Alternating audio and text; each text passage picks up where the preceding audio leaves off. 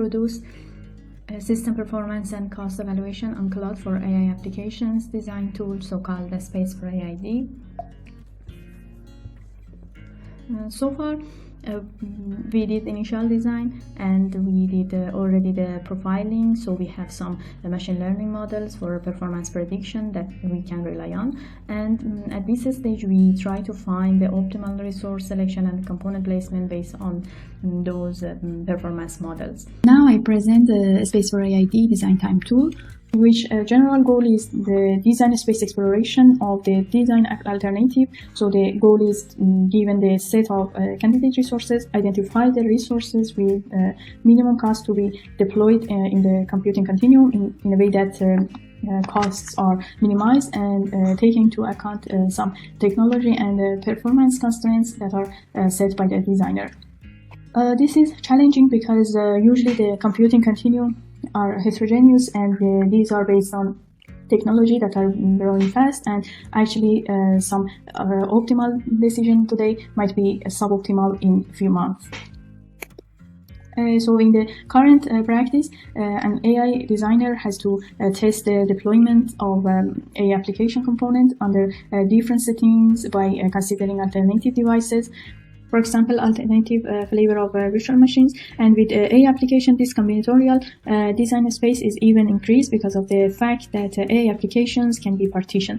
Since this process is very time consuming, the number of candidate solutions that can be tested are limited, and only a suboptimal solution can be identified. Vice versa, with SPACE4AI-D, the AI architect has just identified which is the set of candidate resource to be deployed in a computing continuum, and then the tool will identify automatically the optimal deployment of minimum cost. Additionally, for deep learning components, multiple candidate partitioning will be also identified, and this will be leveraged at runtime to cope with workload fluctuations. The final deployment is checked by the application manager that then can automate the deployment of application by relying on infrastructure manager.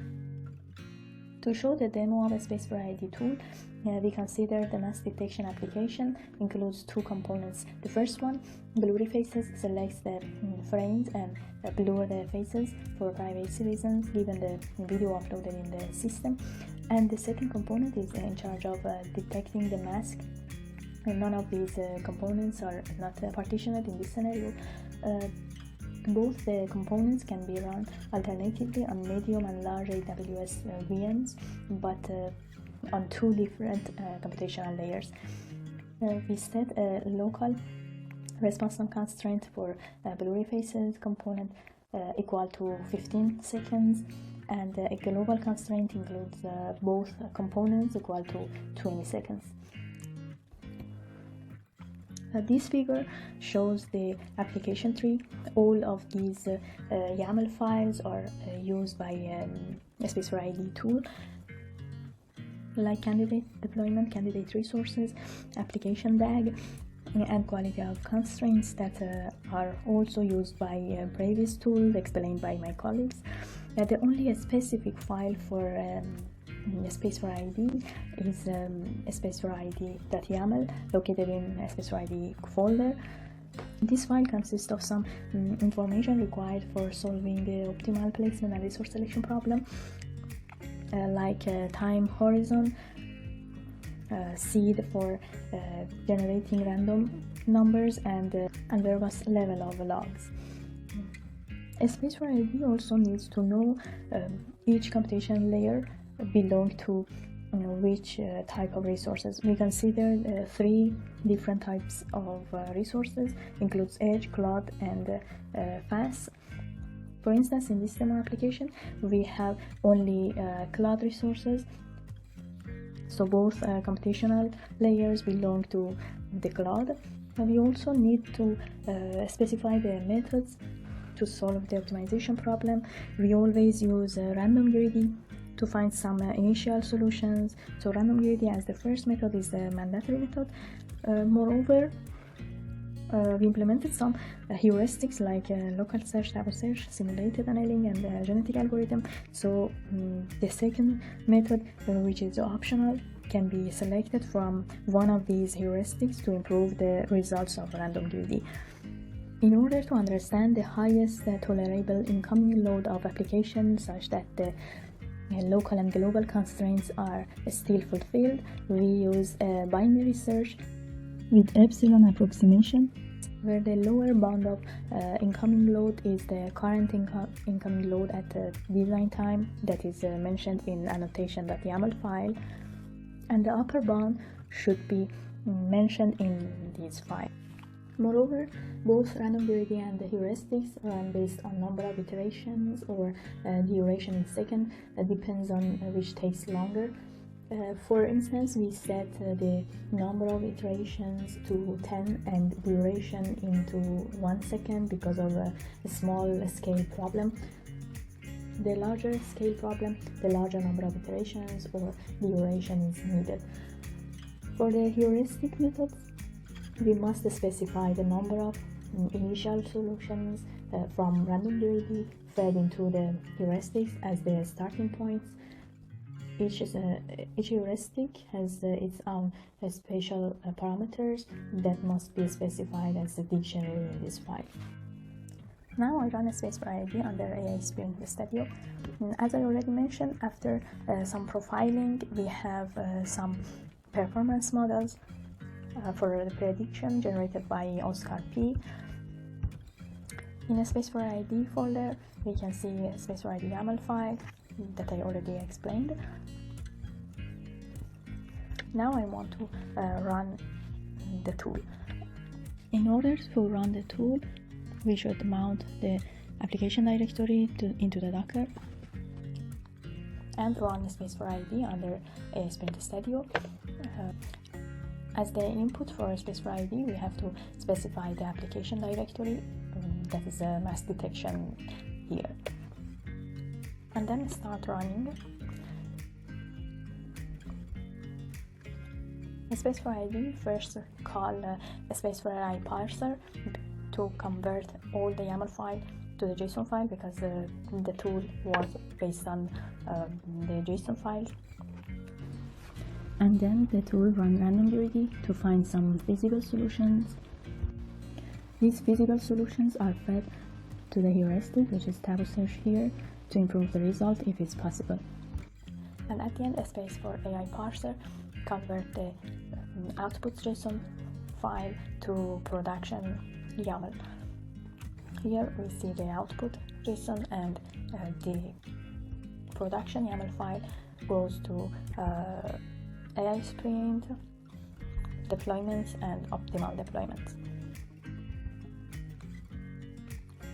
The production YAML shows the result. This file includes two sections. The first section is components that shows the optimal placement of each component. For instance, here the component 1 should be placed on VM2 and the component 2 should be placed on VM4. The second section shows the selected resources. For instance, here in computational layer 1, VM2 is selected, which is M4 large in AWS, and the selected resource in computational layer 2 is again VM4, which is M4 large AWS. At the end, it shows that the solution is feasible and the deployment name is base. It's because we don't have partitioned components. The optimal configuration found by SPACE4AI-D, it can then be deployed through Infrastructure Manager, which is a Tosca cloud orchestrator, by running the following command. First, we need to generate the Tosca templates for the recent optimal solution with the description of full virtual infrastructure needed to deploy all application components. For the correct OSCAR configuration, a set of valid DNS names are assigned to the nodes to enable correct and secure external access to the services. So a Route 53 managed domain is required to make it work. We can set it with the domain parameter and we run it. So the Tosca file for plurifaces and the mask detector is generated in IM folder and the optimal deployment folder.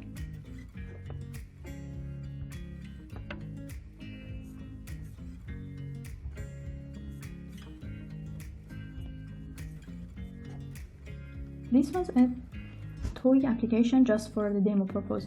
In order to evaluate our tool, we considered some large use cases, include 7, 10, 15 components with 5, 6, and 7 computational layers respectively.